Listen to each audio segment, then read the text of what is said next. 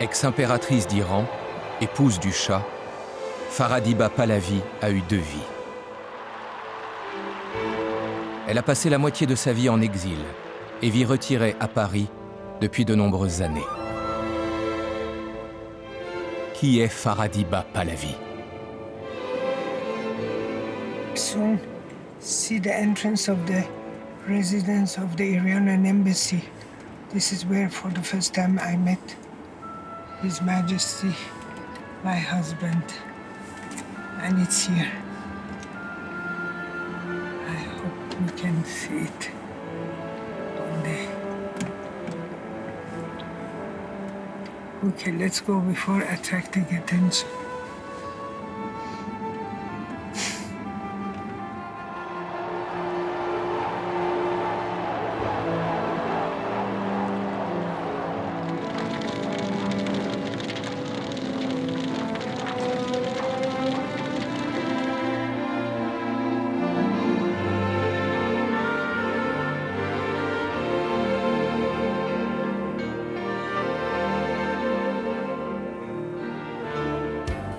Farhadiba est fille unique.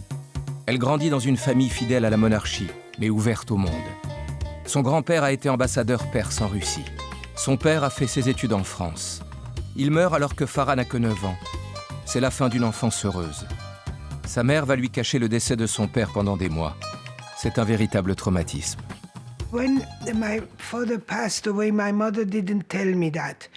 And you know, in those days, they didn't know which is the good thing to tell the children or not. But slowly I found out among the people who were working for us in the house. Because each time I came, they were talking about my father, they would stop suddenly. But I never spoke to my mother about this until I went to Paris. Farah trouve une consolation à l'école et dans le sport. Elle obtient d'excellents résultats partout. I was captain of our basketball team, and I was also in the scouting movement. I was chieftain of Cub Scout, and it was a modern education. Son équipe remporte le championnat de Téhéran 3 années d'affilée. Farah est également championne d'Iran de saut en hauteur. La jeune fille part faire ses études à Paris. Elle loge dans la célèbre cité internationale universitaire qui héberge des étudiants du monde entier.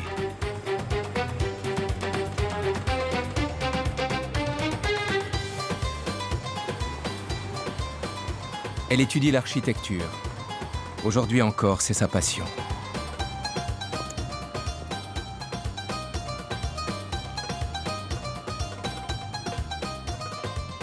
When I was younger, we were renting a house in the north of Tehran with a garden, and there was a little stream. And I was always building houses with mud. And my uncle was also an architect. And so since we were living together in the same house, I would see him drawing and doing maybe that.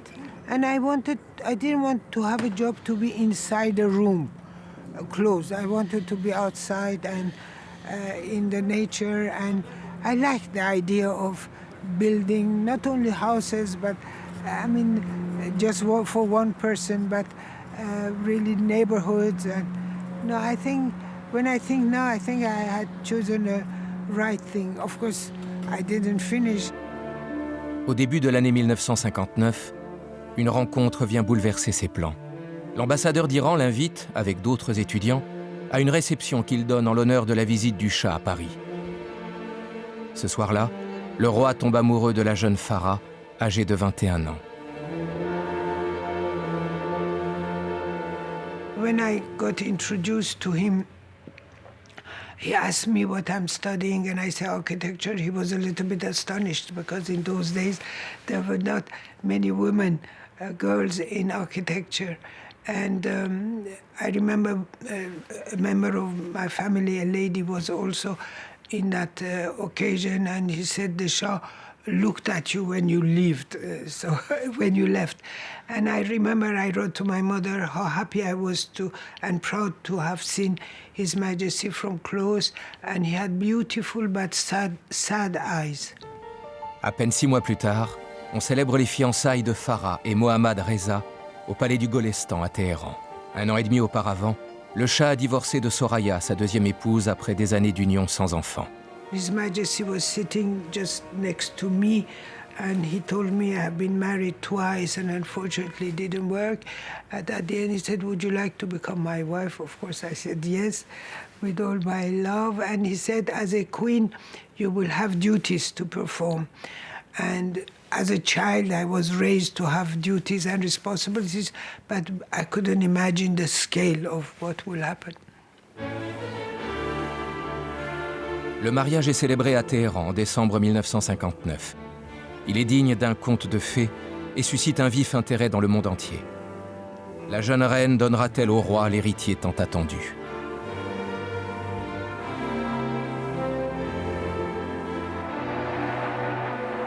L'espoir du Shah et de la nation tout entière ne sera pas déçu. Le prince héritier Cyrus Reza naît 10 mois plus tard. L'avenir de la dynastie des Pahlavis est assuré. Tout Téhéran est en liesse.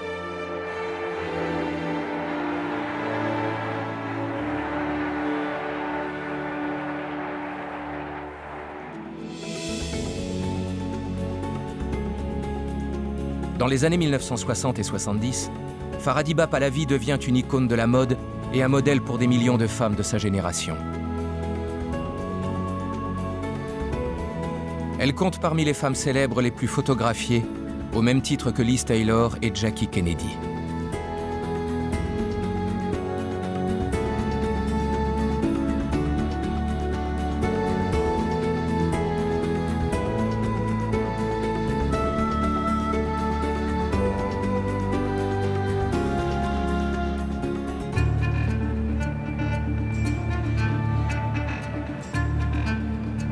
Mais comment cette femme, qui connaît si bien l'Occident et ses valeurs, tient-elle son rôle de reine dans un régime autoritaire? La liberté d'expression et la liberté de la presse sont en effet inconnues dans l'Iran du Shah. La police secrète, la SAVAK, poursuit et torture les intellectuels et les artistes.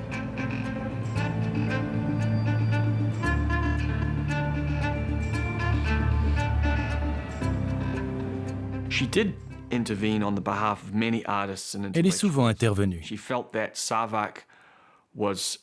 Elle trouvait que la SAVAK consacrait trop de temps à réprimer les artistes et les intellectuels.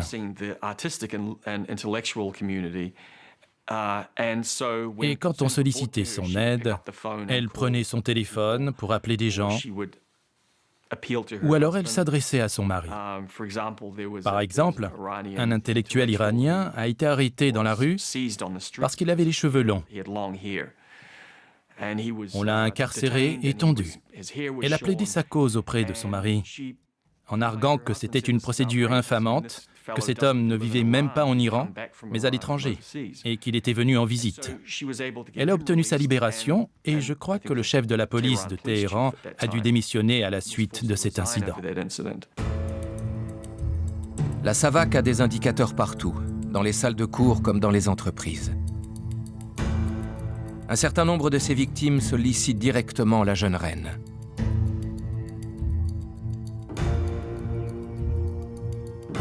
Sometimes some of them came to me or wrote to me, and I tried to help that I could, because I really felt bad. Of course, you know, intellectuals and writers and artists, they don't want to be close to the establishment. They have to be always separate. But it was a pity because I knew that what His Majesty wanted and where the country was going. And some of these people, if we had the right relation with them, to come and support instead of being against. Of course, there were mistakes because, you know, the security people that they criticized so much, they didn't see what was happening in the mosque, what they were saying, and other places, or to find ways or to find ways to arrange, to diminish or we didn't have a good public relation. You know, now this is so important to have people who tell you what to do, what not to do. Well, I was trying as much as I could do not to, when they create a problem for an artist, for an intellectual, if he was not a terrorist, he was not doing to help him. La plupart des dissidents sont incarcérés à Evin, une prison de sinistre réputation située près de Téhéran. Alors que le Shah et son gouvernement craignent d'être renversés par des groupes communistes, la police secrète emploie des méthodes de plus en plus brutales.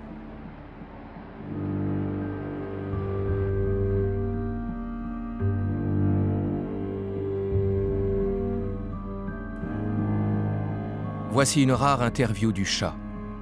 If the criticism is directed against the foundation of the state and to weakening of the state and serving the interests of a foreign country, obviously we are not going to allow that. Why should we? One of our laws is that communism is not allowed. It's banned, so you can't do it. But could a journalist in Iran dare to criticize His Majesty? He could, but I don't think that he would. Dans les derniers jours de mai 1967, le Shah et son épouse se rendent en visite en Allemagne de l'Ouest. Des étudiants allemands gauchistes manifestent contre leur venue. Ils voient en Mohammad Reza un dictateur sanguinaire vassal de l'Amérique. Face à eux, d'autres étudiants de nationalité iranienne manifestent en faveur de leur roi. Impassible, le couple royal suit le programme de la visite officielle. À Berlin, les manifestations sont particulièrement violentes. Les partisans du Shah attaquent les gauchistes sous l'œil des forces de l'ordre qui les laissent faire. Le 2 juin, un policier tue le jeune Benno Ohnesorg qui manifestait contre le Shah. Sa mort va marquer le début du mouvement étudiant allemand. Ulrike Meinhof, une journaliste qui deviendra l'une des terroristes de la fraction Armée Rouge, écrit une lettre ouverte à la reine d'Iran. Il s'agit d'une violente diatribe dans laquelle elle accuse Farah d'ignorer les souffrances de ses compatriotes.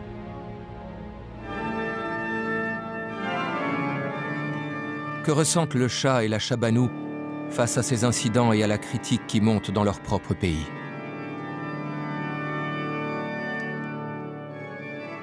Je ne pense pas que mes parents vivaient dans une bulle.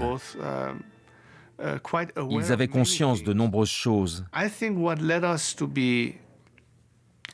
Ce qui nous a conduits sur la mauvaise pente, si je puis dire,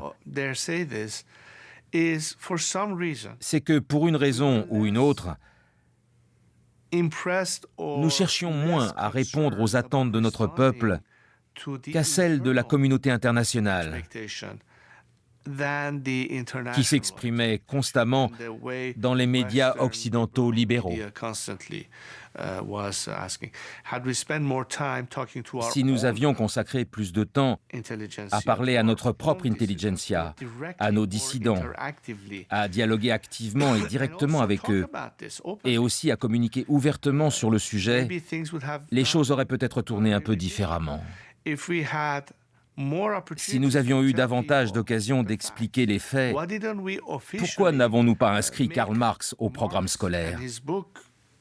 Au lieu de laisser la SAVAK interroger les gens de gauche et les emprisonner pour leurs idées, nous aurions dû leur demander ce qu'ils voulaient, débattre ouvertement et leur permettre d'exposer leurs arguments. L'appareil sécuritaire disposait de gros moyens et il agissait de manière relativement indépendante. Il n'est pas certain que la Cour impériale ait été au courant de tous les agissements de la SAVAK. Cette structure qui traitait les éléments subversifs avait même été conçue de manière à ce que le Shah ne soit au courant de rien. Parce que les généraux et les responsables de la sécurité le jugeaient trop modéré. Ils craignaient qu'il soit trop tendre et qu'il n'autorise pas les mesures de répression qui leur paraissaient nécessaires pour maintenir la stabilité et la sûreté de l'Iran. Pour ses alliés américains, le Shah est la garantie que le pétrole iranien ne sera pas nationalisé. Mohammad Reza veut bâtir un Iran moderne sur le modèle de l'Occident. Dès le début des années 1960, il engage de vastes réformes politiques, économiques et sociales. Les paysans reçoivent davantage de terres et ils apprennent à lire et à écrire. L'Iran doit entrer ainsi dans le XXe siècle.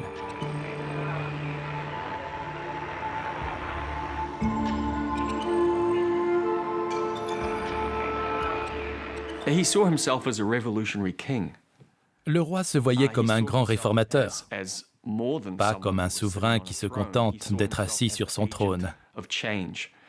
And he saw himself as Il the- pensait as the être person le who plus was à même de faire best changer to l'Iran bring this change et to d'étendre Iran les and progrès really et les build réformes on engagées the par son père progress and reforms entre of his les années father's 1920 et era, 1940. 1920s and 30s into the 40s.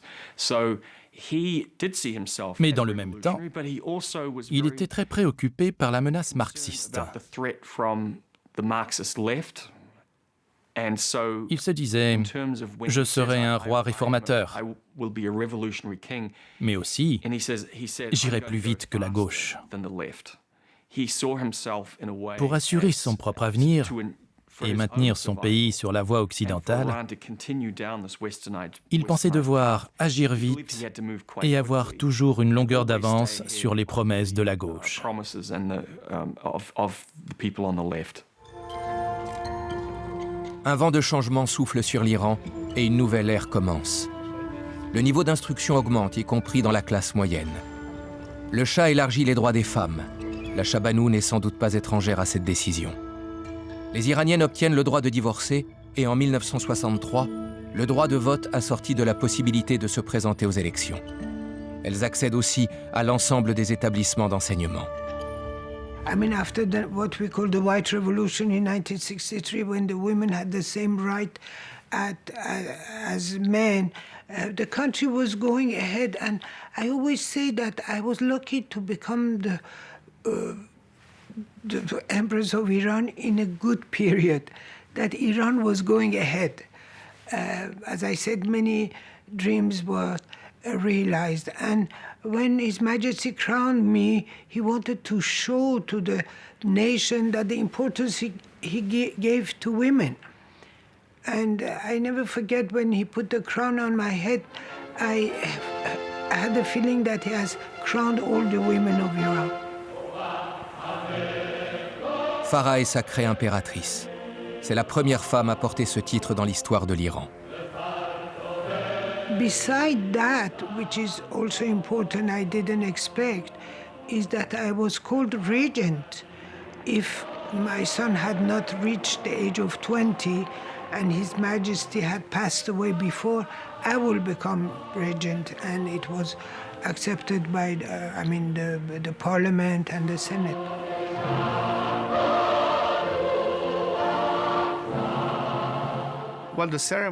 Il a fallu répéter la cérémonie. Je me souviens qu'à de nombreuses reprises, j'ai dû aller au palais du Golestan après l'école pour répéter tous les pas en uniforme complet. Ce n'était pas drôle du tout, mais je n'avais pas le choix. Ma mère tenait pleinement son rôle et tout le monde la considérait comme la mère de la nation. Même si elle était reine, les gens voyaient tout ce qu'elle apportait. La société était encore très patriarcale, très machiste. Son sacre a levé beaucoup de barrières. Il a permis aux femmes d'occuper une place qu'elles n'avaient encore jamais eue dans la société iranienne. Elles ont pu s'élever au-dessus du simple rang de femmes au foyer. Elles ont pu devenir ministres, agents de police, militaires, juges, absolument tout. Ça a été le début de l'émancipation des femmes. Le sacre a été comme un déclencheur. C'est pour ça qu'il marque un tournant pour moi. Je n'avais encore jamais songé à tout cela, mais maintenant que j'y pense, j'ai toujours su que c'était un événement très particulier. Il ne s'agissait pas uniquement d'une cérémonie. C'était plus que cela. C'était vraiment un moment intéressant. Il y avait la musique, le cortège, Et puis quand nous sommes revenus du palais du Golestan, toutes les émotions que les gens manifestaient à l'égard de mes parents et de moi-même, ça a été l'un des très rares moments de ma vie que je n'oublierai jamais. L'impératrice n'a pas beaucoup de temps à consacrer à ses enfants. Avec l'aide de ses nombreux collaborateurs, elle mène des projets sociaux et construit des hôpitaux, des bibliothèques, des musées. Elle rédige aussi des notes quotidiennes pour informer le Shah de telle ou telle situation critique.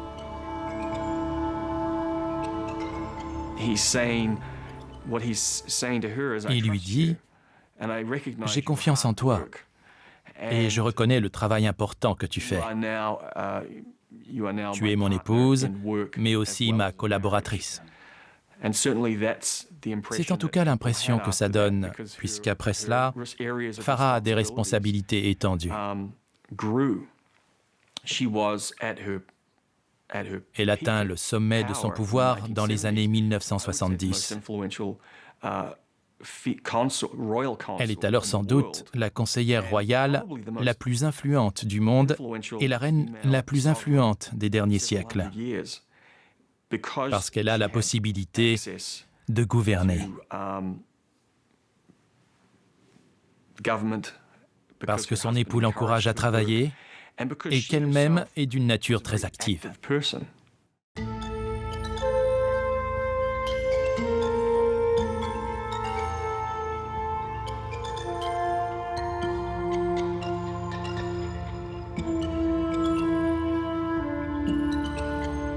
I was slowly, with the help of my compatriots who came to see me and tell me about different problems, I had the patronage of many institutions, social, educational, cultural, sportive, environment, and of course the government was doing their own job.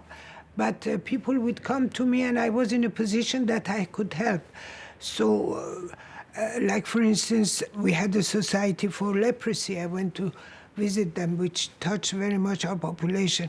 There were so many activities and environment. Of course, the government was doing a lot of things for our environment, but building parks and planting trees and so many really different activities, like almost 26 different activities, and the cultural activities. L'impératrice fait construire un musée d'art contemporain qui ouvre en 1977. Elle veut faire connaître l'art occidental aux Iraniens. Sous son égide, le musée va constituer la plus grande collection d'art moderne qu'on puisse voir hors d'Occident. Elle rassemble des chefs-d'œuvre de Jackson Pollock, Mark Rothko, Andy Warhol, Francis Bacon. On estime aujourd'hui sa valeur à 2,5 milliards de dollars. La collection a survécu à la révolution islamique. Le musée de Téhéran l'a exposé durant quelques semaines en 2017.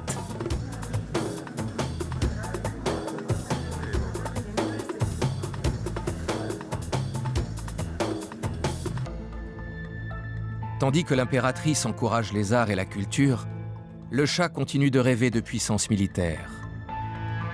Il consacre près d'un tiers du budget de l'État iranien à l'achat d'armes qui proviennent pour l'essentiel des États-Unis.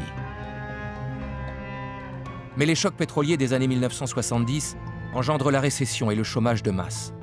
L'inflation s'envole et la pauvreté augmente.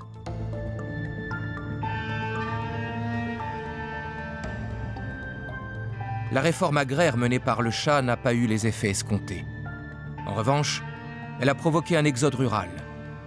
Les loyers flambent et le mécontentement grandit dans la classe moyenne. Fuyant les campagnes, de nombreux paysans viennent grossir les rangs des travailleurs journaliers. Si bien qu'en 1976, près de la moitié des 34 millions d'Iraniens vivent dans les villes.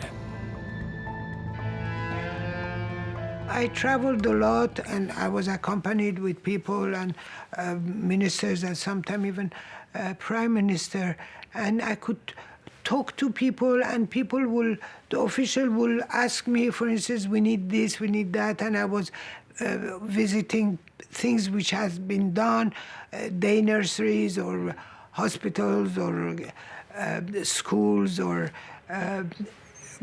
and also talking to people, because I was just pushing the security guards to be able to talk to men and women if they wanted to tell me something, and to see what has been done and what's missing. And when I returned to Tehran, of course, I was giving the report to my husband, and there were things I were also talking to the government. During lunchtime, during dinner time, even in bed, I was telling His Majesty, I was telling what I saw, what was good, what was not good, what was positive, what was negative. And sometimes I also was to remind him, I will write notes and send to his office when he was at his office. No, I was telling him everything very openly because I considered he's working so hard for his country and I'm doing, so we have to find ways to do the best thing we can do. L'impératrice élève ses 4 enfants sans leur imposer trop de contraintes. Elle appartient à une autre génération que son époux. Elle a 20 ans de moins que lui.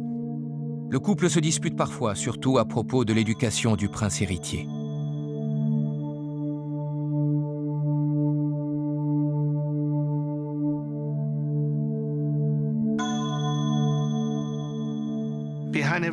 Derrière chaque grand homme, il y a une grande femme. Mon père n'aurait pas accompli tout ce qu'il a fait sans une certaine dose de conseil et d'influence de son épouse. Cela va sans dire. Certaines de ses réalisations portent la marque de ma mère. Mais n'oubliez pas une chose, les gens parlent beaucoup de la personnalité des souverains, des couples royaux, etc. Mais personne ne se rend compte de ce que cela signifie, d'être en haut de la pyramide et d'être jugé à chaque instant de sa vie pour le moindre de ses faits et gestes. Ma mère était au sommet de l'État, aux côtés de mon père. Ils avaient besoin l'un de l'autre pour tenir bon, remplir les fonctions qui étaient les leurs à l'époque et satisfaire toutes les attentes, tant sur le plan intérieur que sur le plan international. Elle a toujours attiré les regards. Regardez comment les médias d'aujourd'hui traitent cette époque. Ils parlent souvent davantage de ma mère que de mon père, alors qu'ils formaient un couple. Ça en dit long. La modernisation rapide de l'Iran se heurte à la double opposition des marxistes et des religieux conservateurs. Ces derniers considèrent tout ce qui vient d'Occident comme incompatible avec les valeurs traditionnelles iraniennes. Les deux oppositions forment une alliance et la révolution gronde. On voit les signes de l'influence grandissante des mollahs.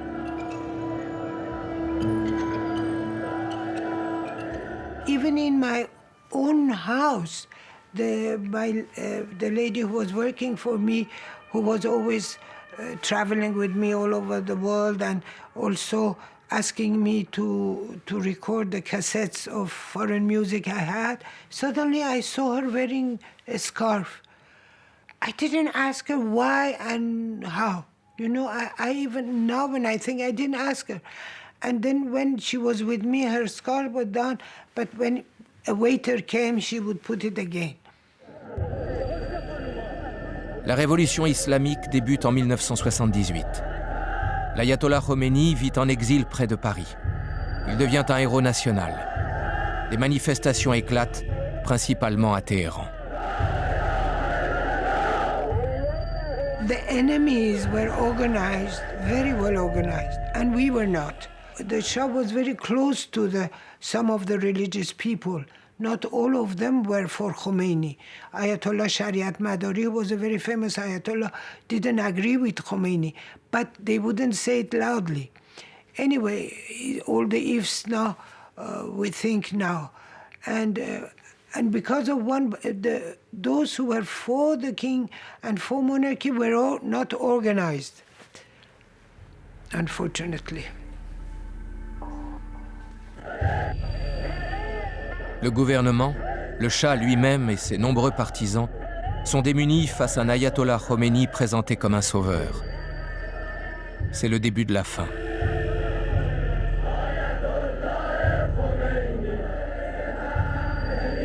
They saw Khomeini as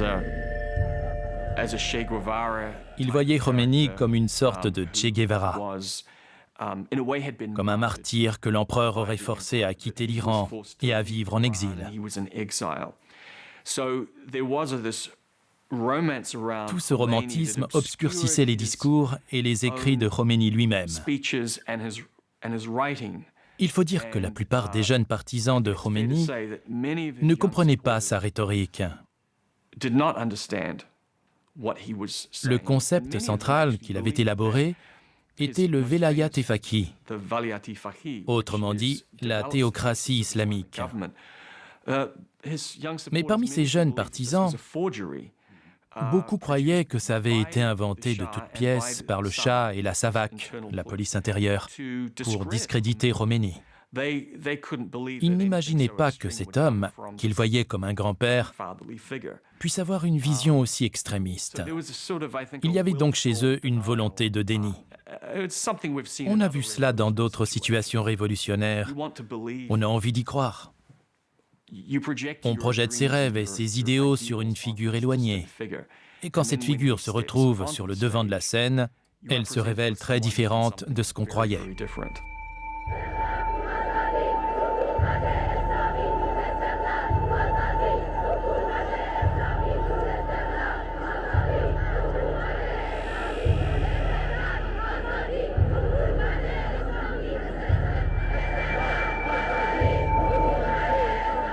When they were shouting in the evening, Allah Akbar, which means Allah is great, in the old days that will give us peace and tranquility, but saying that scared people because they were going in the night, and I said, these are enemies of the religion, but we were hearing, and of course people were coming, and from morning till night, His Majesty was meeting many people, and many people came to me of all walks of life, telling me what's happening, what we should do, and what we should not do, and I will go and tell His Majesty, and we could hear more and more the demonstrations and in the streets all over.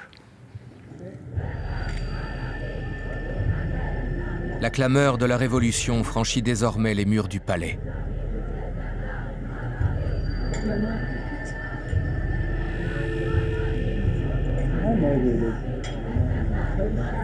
Unfortunately, we were so busy with meeting people and doing things that we didn't have time enough to calm the children.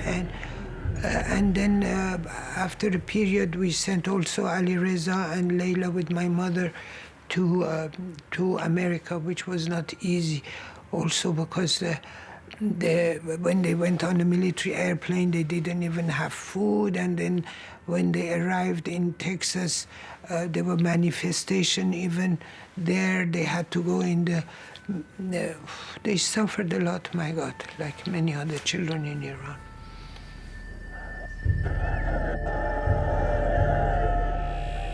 Jusque-là, les Américains soutenaient le régime. Mais ils poussent maintenant le Shah à s'incliner devant la rue. La dynastie des Pahlavis touche à sa fin. Le roi est contraint de fuir à l'étranger.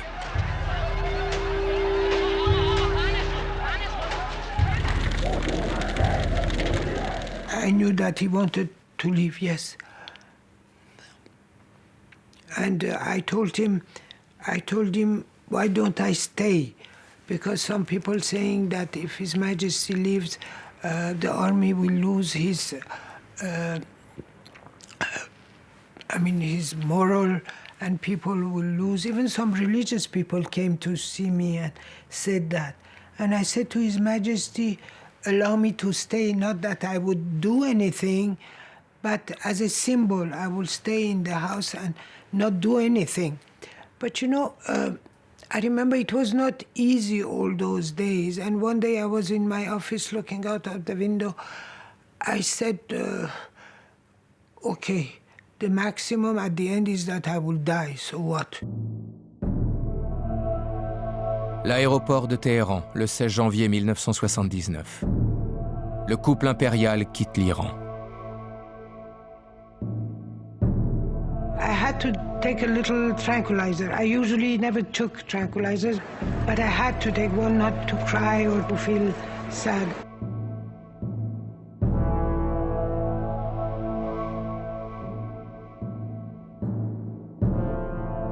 Des fidèles du Shah se jettent à ses pieds. Mohammad Reza croit encore que ses partisans pourront arrêter la révolution et qu'il rentrera bientôt dans son pays avec sa famille.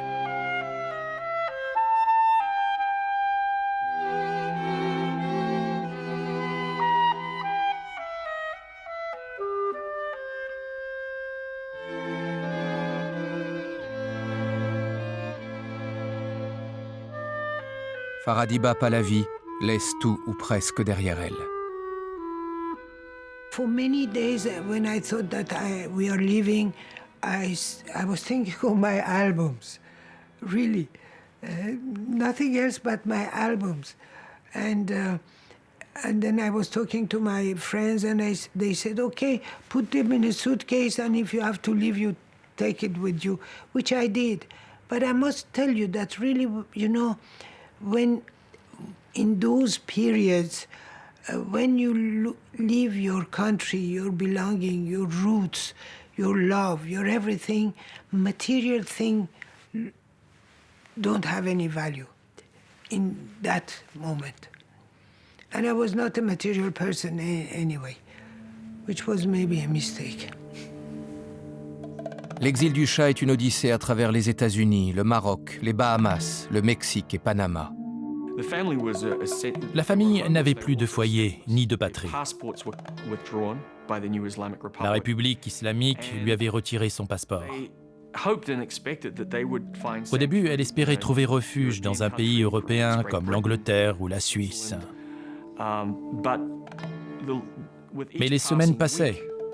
Et après son ascension au pouvoir le 11 février 1979, Khomeini a menacé les pays étrangers qui avaient des velléités d'accueillir la famille du Shah de couper la manne du pétrole.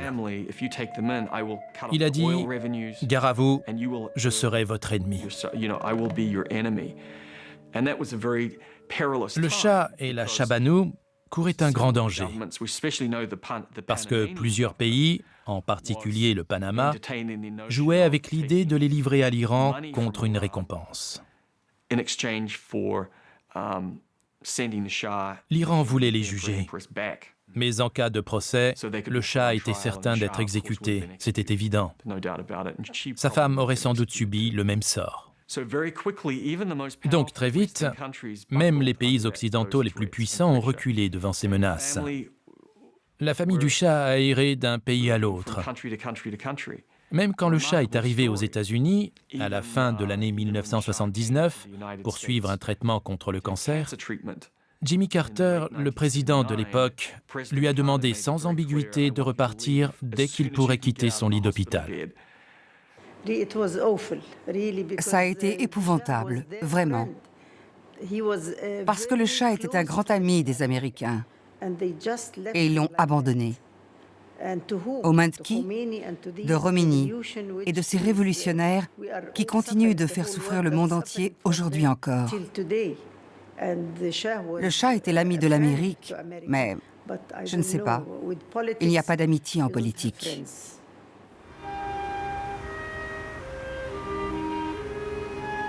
Très malade, le Shah est finalement accueilli en Égypte par le président Sadat. Il est logé avec sa famille dans le palais des hôtes du gouvernement. C'est à cette époque que Faradiba Pahlavi et Jian El Sadat nouent une étroite amitié. On s'appelle, on se voit. Je l'aime beaucoup et je la respecte pour tout ce qu'elle a fait pour son pays. Je suis allée en visite officielle en Iran avec mon mari à l'époque du Shah. Elle m'a montré toutes les œuvres sociales qu'elle avait mises en place pour son peuple, pour l'éducation des enfants, pour les pauvres.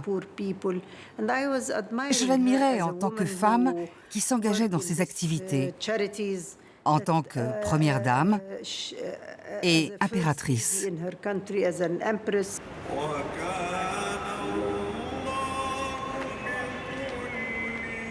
Le Caire sera la dernière étape du Shah. Mohammad Reza sera enterré dans la mosquée Al-Rifaï.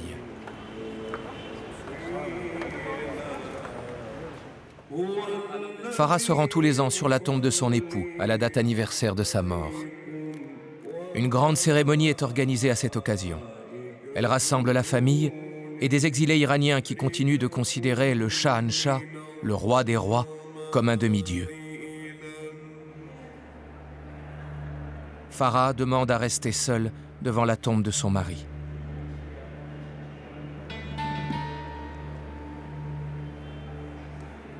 Elle veut lui parler.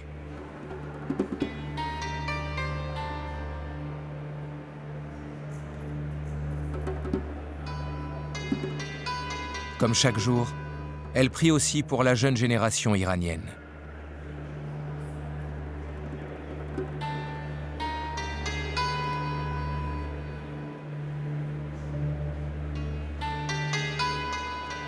After what has happened and what they have heard about us by this regime, when I see young people, boys and girls in the streets in France or in America, they come to me, they kiss me, they hug me, they take picture, and that gives me a lot of energy.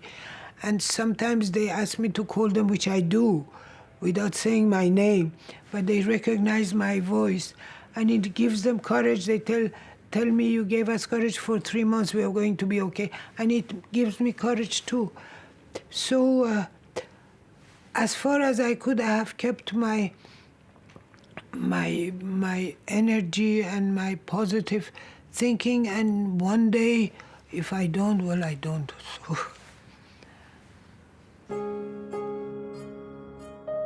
Le Shah passe ses dernières semaines à l'hôpital Mahadi du Caire. Le président Sadat et son épouse y ont accompagné en personne le couple impérial iranien.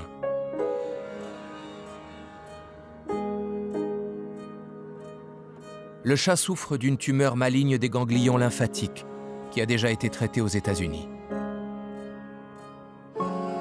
Au Caire, il doit subir de nouvelles opérations.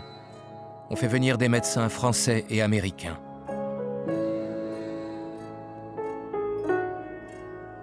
Mais son état de santé se dégrade de jour en jour.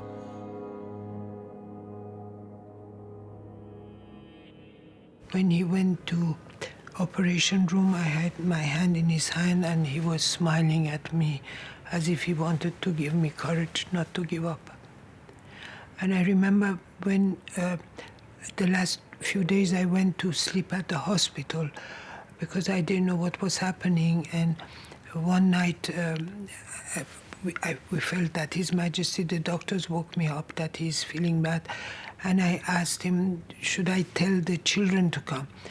And then Faranaz and Ali Reza were outside. They came, and for that day, my son was in the room, I was in the room, Princess Ashraf was in the room, Mr. Zaidi was in the room, a waiter of my husband was in the room, and his doctor, Dr. Pirnia, was a lady in the room, and I was holding his hand, and Faranaz was sitting next to him and calling him Papa, Papa all the time, holding his hand till the moment. Unfortunately, he made a few breathe and then it was finished.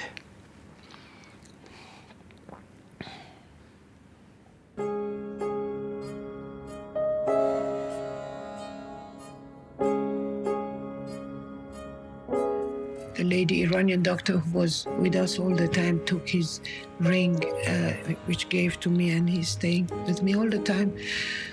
And then he took, he was always carrying a little bag of Iranian soil. That's what it is. And then we went to kiss him goodbye in the other room.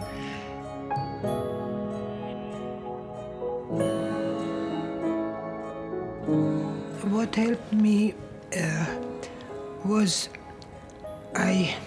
during those times at the hospital, I was always looking at the Nile River and imagining all the kings and queens who had come and gone, and I said, I'm like one of them. I don't have to think so much. Quand mon père est décédé au Caire, Ma mère était encore jeune. Elle portait de lourdes responsabilités. Chaque jour, on se demandait où on allait vivre le lendemain. À un moment, on a été éparpillés. Moi, j'étais au Maroc et eux aux États-Unis. C'était très difficile, comme pour toutes les familles qui avaient dû quitter l'Iran. Je crois que ma mère a été le ciment de la famille. Elle a fait son possible pour maintenir notre cohésion. Elle nous a apporté, je ne sais pas si c'est le bon terme, mais disons, un certain degré de sérénité dans le chaos des débuts, puis dans la tristesse. Elle essayait toujours de faire sourire les gens, nous y compris. C'est très sain et très utile. On peut se lamenter sans fin, ou on peut dire « Bon, je vais faire avec ». C'est ce qu'elle a choisi. Et c'est cela qu'elle fait, essentiellement depuis tout ce temps.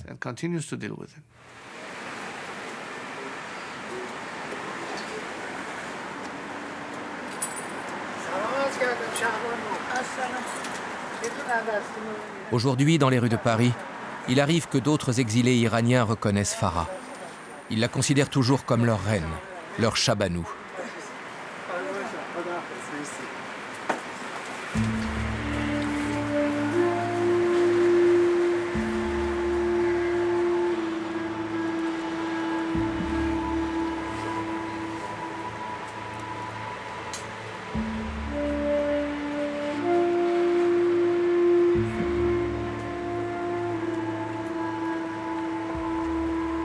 Farah se rend fréquemment au cimetière de Passy. Leila, sa plus jeune fille, y est enterrée. Elle s'est suicidée à Londres en 2001. Leila souffrait de dépression. Elle avait 9 ans lorsqu'elle avait dû quitter l'Iran et elle en était restée traumatisée. Elle ne s'était pas remise non plus de la mort de son père, dont elle était très proche.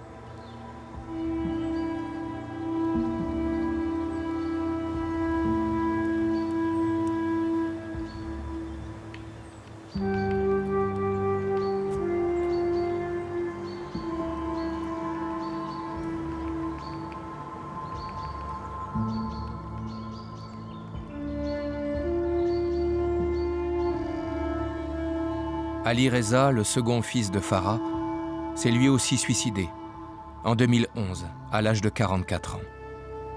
This is a wound which always stays with you. Every day I think about it. And both of them were so intelligent. Ali Reza was so cultured. You could ask anything about Persian culture. He was studying ancient Iranian civilization in Harvard. And also Leila, she was so intelligent, so she had a lot of friends, a lot of ideas. No, it's a wound which will never heal, but I have to go on for my other children and grandchildren to continue.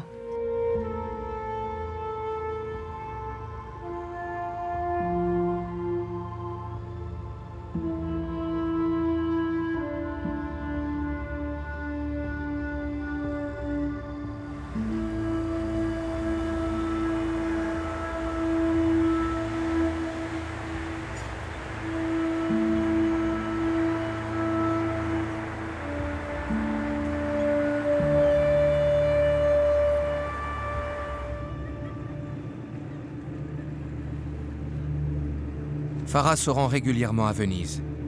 Le charme unique de cette ville menacée la fascine.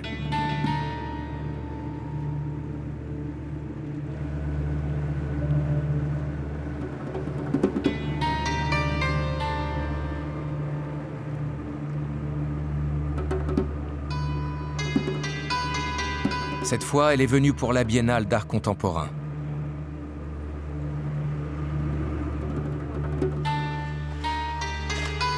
Elle est particulièrement intéressée par l'exposition de Damien Hirst qui s'intitule « Les trésors de l'épave de l'incroyable ». L'artiste anglais présente les merveilles qu'il aurait retrouvées au fond de l'océan dans l'épave d'un navire baptisé l'Incroyable, chargé de toutes sortes de trésors.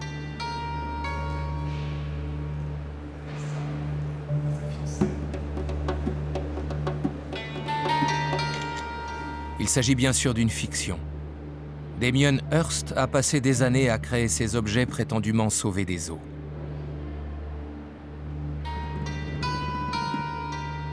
Comment distinguer le vrai du faux? Peut-on créer sa propre vérité?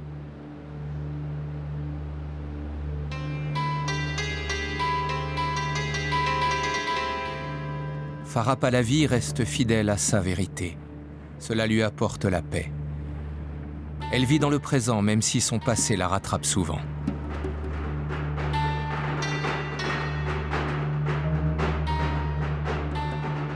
Désormais, apparaître en public n'est plus qu'une corvée pour elle.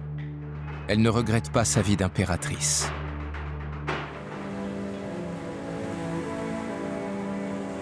À Paris, elle entretient des contacts étroits avec l'Iran sur les réseaux sociaux, par courrier électronique ou par téléphone. Elle est redevenue une idole dans son pays. Elle a des centaines de milliers d'abonnés sur Facebook. L'étranger n'est pas devenu sa patrie, et sa patrie ne lui est pas devenue étrangère, nous assure-t-elle. Alors, خانم لاله درود بر شما من فرح پهلوی